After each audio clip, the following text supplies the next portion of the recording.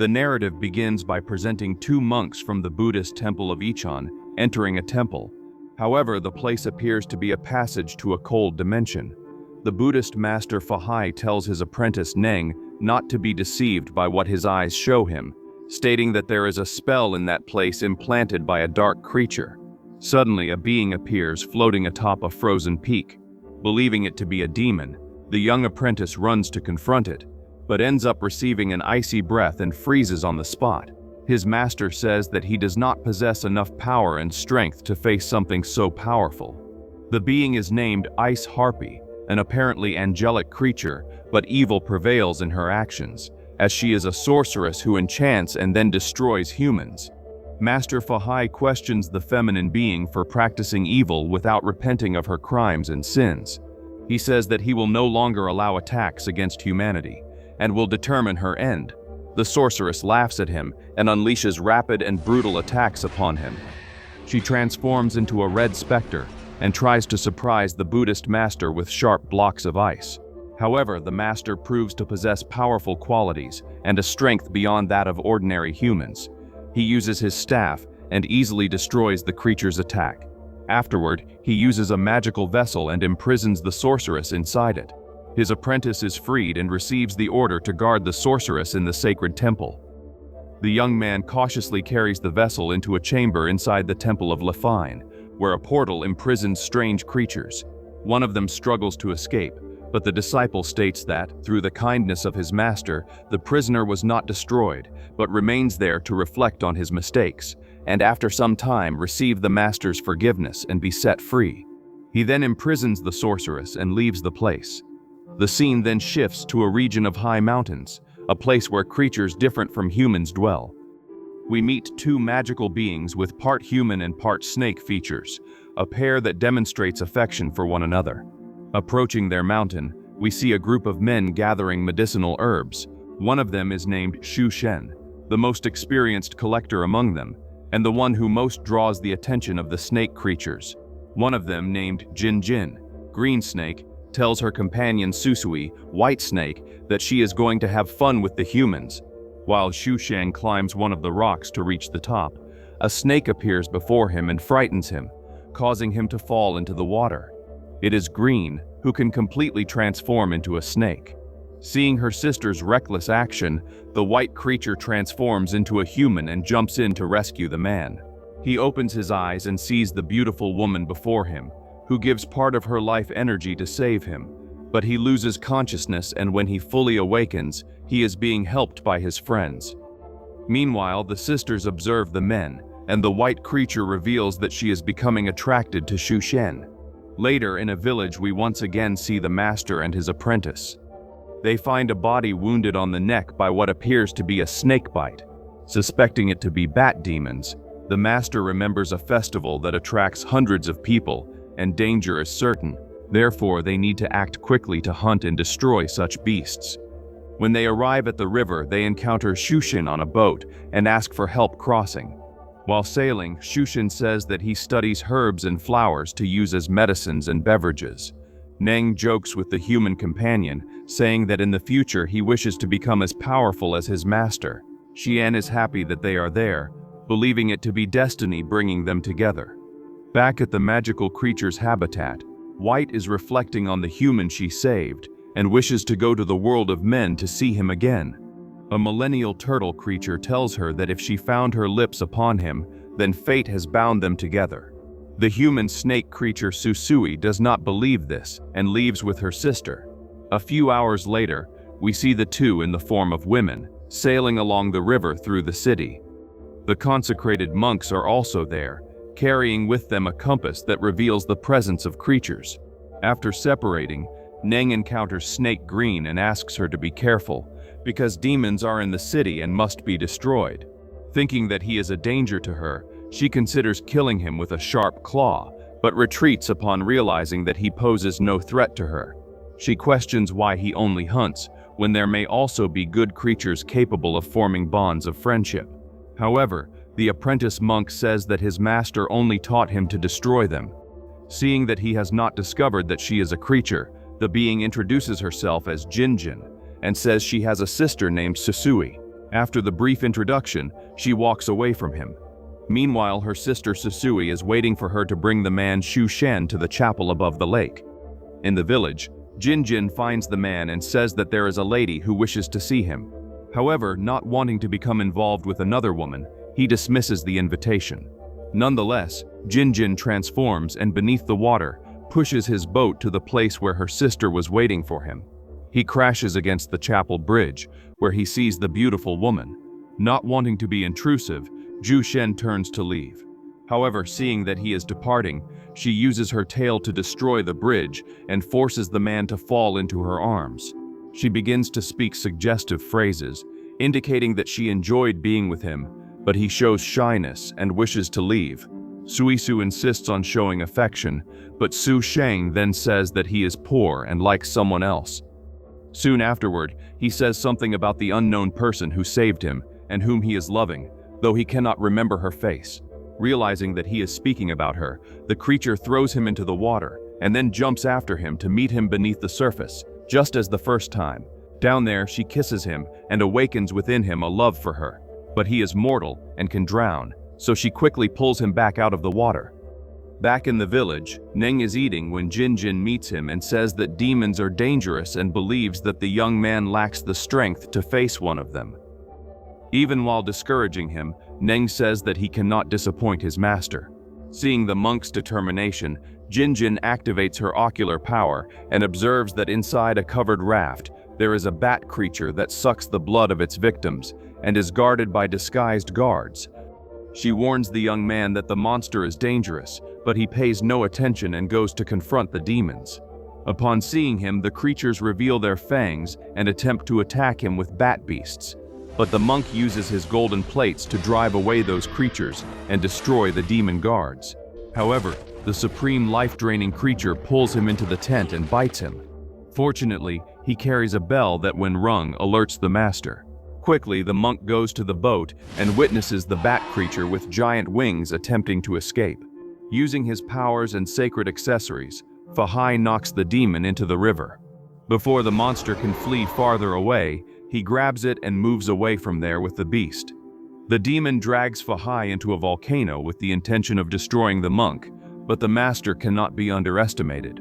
The sacred monk seizes the beast and uses his blade of fire to pierce the creature, then lets it fall into the burning lava, while he skillfully lands upon a rock. The following day, we see him arriving at the temple of Ichon, bringing with him the infected apprentice Neng. The next day, the little boys go to wake Neng, but discover that he was infected by the creature and is now becoming one of them. The children go to alert the master, but he is in prayer with the other monks and does nothing in favor of the infected boy. Later, in an abandoned house in the middle of the forest, Jin senses Neng's scent and finds him trying to end his own life because he cannot bear the fact that he is transforming into an aberration. To comfort her friend, Jin reveals what she truly is. She shows her snake tongue, which frightens the mutant monk. Remembering that the creature before him is not evil, he accepts receiving some advice on how to be a different being, which initially causes him mental confusion. Away from the village, in a floating house, Zhu Shen is with Suisu, sharing a happy moment, affirming to each other that they will always remain together. Their union appears firm, and they are creating strong bonds as an apparently normal couple. Later, we see the Buddhist master sailing near a village and observing a family carrying a dead body for burial. Fahai sees that the body's deformity is not common. Many people are ill and near death. Approaching Zhu Shen, who tries to offer medicine to the sick, the master says that such illness has no cure.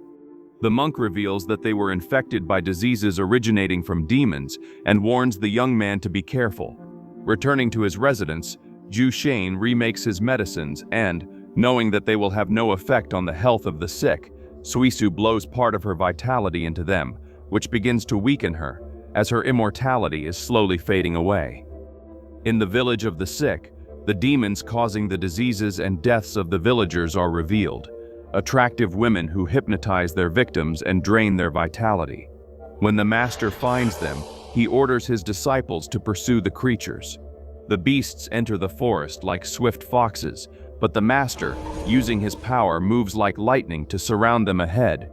He offers forgiveness if they repent and leave that world, but the aberrations refuse and transform into smoke, blending with the surrounding trees and bamboo. Suddenly, they appear trying to lure the disciples and the master, but everyone enters meditation to rid themselves of carnal desires. Master Fahai draws everyone toward himself and uses his prayers to repel the demons and afterward imprison them within the vessel. The following day, the master returns to the city and notices that the village has regained its vitality thanks to the flower doctor's remedies. Fahai approaches and sees Yushan distributing his healing medicine, and when he closely examines the potion, perceives something magical within it. He questions the methods used to make the medicine, and Yushan, unaware of anything, states that his companion helped him with the flowers and herbs. Suspicious of the situation, Fahai gifts him a dagger. Then he waits upon the bridge over the river that cuts through the village and encounters Suisu visiting the place by boat. She sees him and displays fear when he stares at her without pause. She runs trying to escape the Buddhist master, but he prevents her from fleeing elsewhere. He confronts her in combat, both demonstrating extraordinary abilities. Suisu uses magic to stop the consecrated man, but he possesses powers granted to him to face creatures more powerful than she is. He soon manages to pin the creature Suisu against the wall using his karma and questions her about the benevolent favor she performed for humans, and therefore says he will give her a second chance to return to the realm of creatures. Master Fahai warns her about the forbidden romance she is living with a human, but that does not matter to Suisu. The master grants freedom to the being, seeing that she previously behaved in favor of mortals, but believes that she has been using her spell to deceive Suisu. Suisu claims that she truly loves the human, yet is confronted about whether she would still have love after Suisu learns what she truly is. The monk orders her to depart to her world and states that he will destroy her if he sees her again. Later that night, she is in her house with Suisu, happy with their accomplishments. Demonstrating gratitude, Suisu offers wine to Suisu, which was given by the local villagers. Suddenly, she begins to feel ill. Questioning what the drink was made from, Suisu says it is a flower poisonous to snakes. Without revealing her true form, she leaves the room and locks him inside. But when trying to leave the house, she is stopped by Fahai's disciples, who use sacred ropes to form a prison. Knowing that this will be her final moment in the mortal world, she asks her companion for a declaration.